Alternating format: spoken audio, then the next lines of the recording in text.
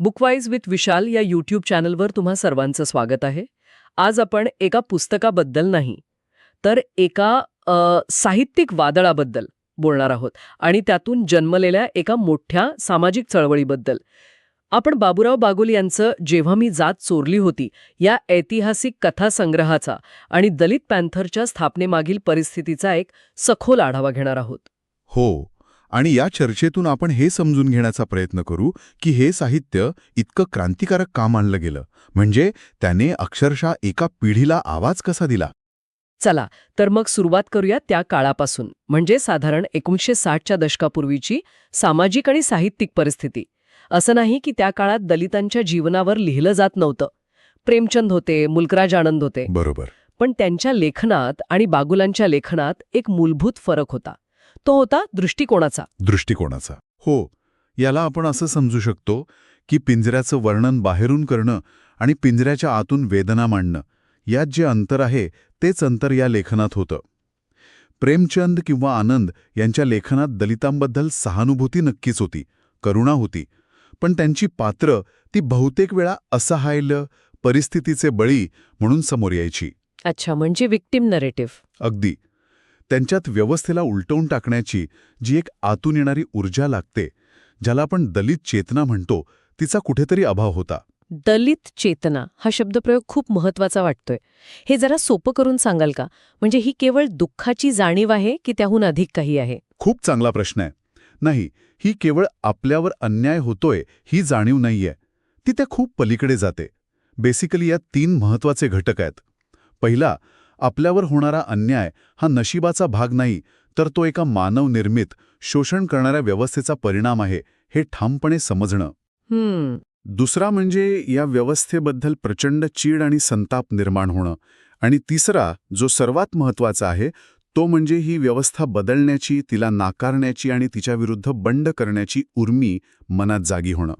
ही जी बंडखोर चेतना आहे ती त्यावेळच्या साहित्यातून जवळजवळ गायब होती. आणि मला वाटतं महाराष्ट्रातील तत्कालीन परिस्थितीने या असंतोषात आणखी भर घातली असणार, कारण इथे फक्त सामाजिक विषमता नव्हती, तर एक विशिष्ट आर्थिक समीकरण पण काम करत होतं. अगदी बरोबर. महाराष्ट्रात त्या काळात प्रबळ मराठा जातीचं ग्रामीण अर्थव्यवस्थेवर पूर्णपणे नियंत्रण होतं. कागदोपत्री ज्याला आपण सहकारी चळवळ म्हणतो, ती प्रत्यक्षात काही मोजक्या घराण्यांच्या हातात एकवटली होती. जमिनी, बँका आणि विशेषतः साखर कारखान्यांवर त्यांची घट्ट पकड होती. म्हणजे एक प्रकारची नवी सरंजामशाहीच तयार झाली होती. हो ना. आणि याचा थेट भयंकर परिणाम गावातील भूमिहीन दलित मजुरांवर होत होता. त्यांच्या श्रमाचं शोषण तर होतच होतं, पण जरा कुठे स्वाभिमानाने जगायचा प्रयत्न केला की त्यांच्यावर अमानुष अत्याचार केले जात होते. म्हणजे ग्रामीण भागात अशी आर्थिक कोंडी होती आणि शहरांमध्ये एक वेगळाच संघर्ष सुरू होता. बरोबर. शहरांमध्ये, विशेषतः मुंबईसारख्या शहरांमध्ये, एक नवा सुशिक्षित दलित तरुणांचा वर्ग तयार झाला होता. या तरुणांनी आंबेडकर वाचले होते, त्यांना आपले हक्क कळत होते, पण पदवी हातात असूनही नोकरी मिळत नव्हती. शहरातही जातीय भेदभावाला सामोरं जावं लागत होतं. म्हणजे ग्रामीण भागात जातीय अत्याचार आणि शहरी भागात बेरोजगारी. हो, या दोन्हीमुळे एक प्रचंड मोठा असंतोष धुमसत होता. एक प्रकारचा लाव्हारस तयार होत होता. आणि याच धुमसत असलेल्या वातावरणात बाबूराव बागुल या लेखकाचा उदय होतो. नाशिकमध्ये जन्मलेले बागुल यांनी ही सगळं अनुभवलं होतं. लहानपणापासून जातीय भेदभावाचे चटके सोसले. मुंबईत आल्यावर त्यांच्यावर आंबेडकरी विचार आणि अण्णाभाऊ साठेंच्या संपर्कातून डाव्या चळवळींचाही प्रभाव पडला. आणि हेच सगळे अनुभव, तो सगळा संताप त्यांच्या लेखणीतून अक्षरशः बाहेर पडला. 1963 साली त्यांचा जेव्हा मी जात चोरली होती हा कथासंग्रह प्रकाशित झाला आणि मराठी साहित्य विश्वात एक वादळच आलं. या कथांनी दलितांच्या वेदनेला दयेच्या दृष्टिकोनातून नाही, तर थेट क्रोधाच्या आणि विद्रोहाच्या नजरेतून मांडलं. आणि भाषेबद्दल पण बोललं जातं. हो, यातील भाषा प्रतिष्ठित ब्राह्मणी नव्हती, तर ती थेट दाहक आणि रस्त्यावरची खरी भाषा होती. बागुल यांनी दुःखाचं प्रदर्शन नाही केलं, तर त्या दुःखाच्या मुळावरच, त्या व्यवस्थेवरच प्रश्नचिन्ह उभं केलं. म्हणजे साहित्यातून एक वैचारिक स्फोट झाला होता आणि त्याचवेळी राजकीय पटलावर एक पोकळी निर्माण झाली होती. तुम्ही अगदी अचूक मुद्दा पकडला आहे. आंबेडकरांच्या निधनानंतर रिपब्लिकन पक्ष अनेक गटांमध्ये विखुरला होता. हे गट आपापसातच लढण्यात इतके मग्न होते की दलितांवर होणाऱ्या अत्याचारांविरुद्ध रस्त्यावर उतरून संघर्ष करण्याची त्यांची ताकदच उरली नव्हती. आणि इतर डाव्या पक्षांची उदासीनता होतीच. हो, त्यांना जातीय प्रश्नापेक्षा वर्गीय प्रश्न जास्त महत्वाचा वाटत होता. त्यामुळे झालं काय की या असंतुष्ट दलित तरुणांना आपला आवाज मांडण्यासाठी कोणतंही प्रभावी राजकीय व्यासपीठच उरलं नव्हतं. आणि इथेच अमेरिकेतील ब्लॅक पॅन्थर्स चळवळीचा संदर्भ येतो. बरोबर.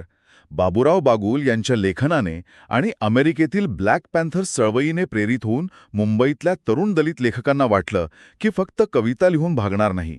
यातूनच नामदेव ढसाळ, अर्जुन डांगळे, ज.वी. पवार यांसारख्या तरुणांनी पुढाकार घेतला आणि 9 जुलै 1972 रोजी मुंबईच्या सिद्धार्थ विहारमध्ये दलित पॅन्थर या संघटनेची स्थापना झाली. राजा ढाले अध्यक्ष, नामदेव ढसाळ संरक्षण मंत्री आणि ज.वी. पवार सरचिटणीस बनले. हो, एक लहान जागा नको आहे, आम्हाला संपूर्ण भूमीवर राज्य करायचं आहे.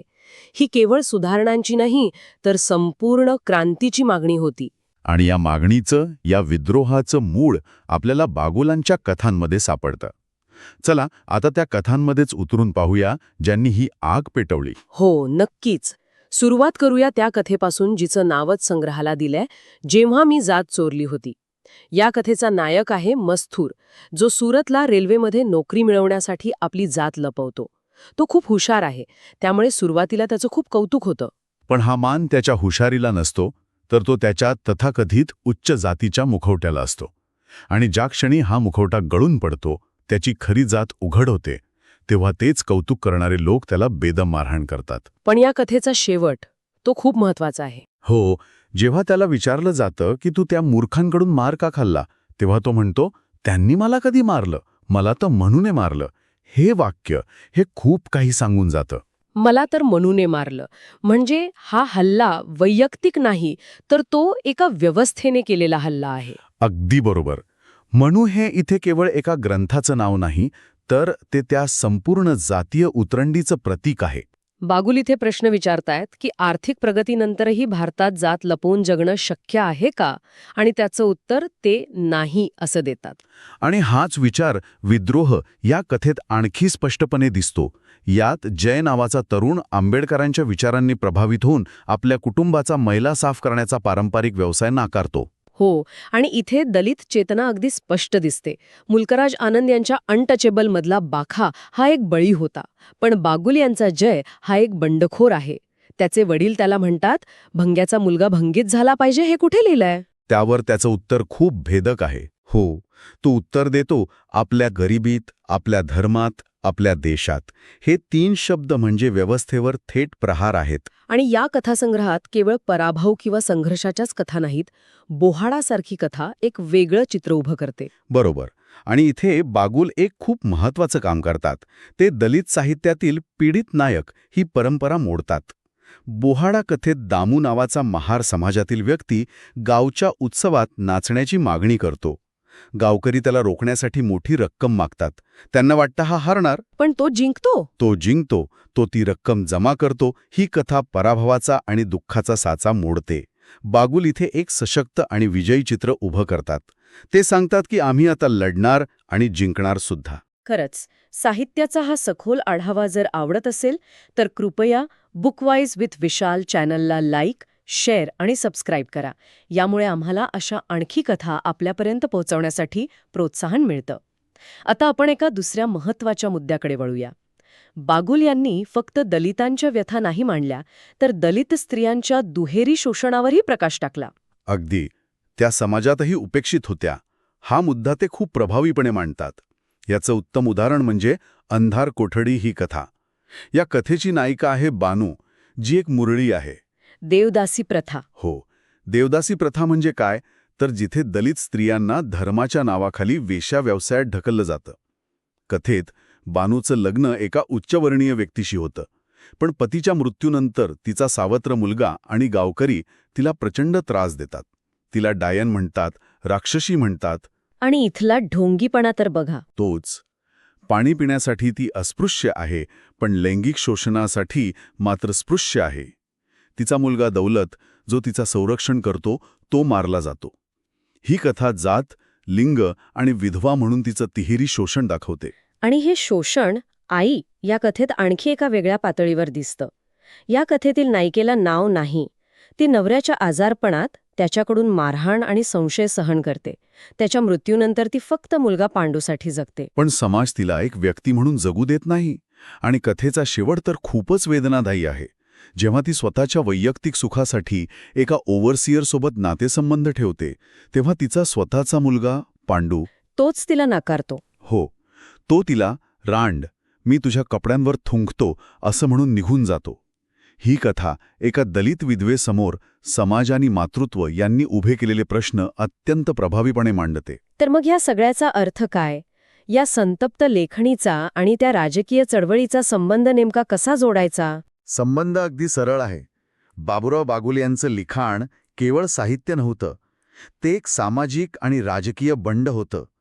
त्यांनी अशा जगाला लोकांसमोर आणलं ज्याला मुख्य प्रवाहाने विसरून टाकलं होतं. आणि महत्त्वाचं म्हणजे त्यांच्या पात्रांमध्ये फक्त वेदना नव्हती, तर व्यवस्थेविरुद्ध लढण्याची जिद्द होती. आणि हीच दलित चेतना दलित पॅन्थरसाठी पाया ठरली. नेमके हेच. बागुल यांनी जी आग शब्दांतून पेटवली ती पॅन्थर्सनी रस्स्यावर आणली. बागुलांच्या कथांमधील पात्र जी भाषा बोलत होती, जो विद्रोह करत होती, तोच विद्रोह पॅन्थर्सनी आपल्या कृतीतून पुढे नेला. आम्हाला आशा आहे की हे विश्लेषण माहितीपूर्ण ठरलं असेल.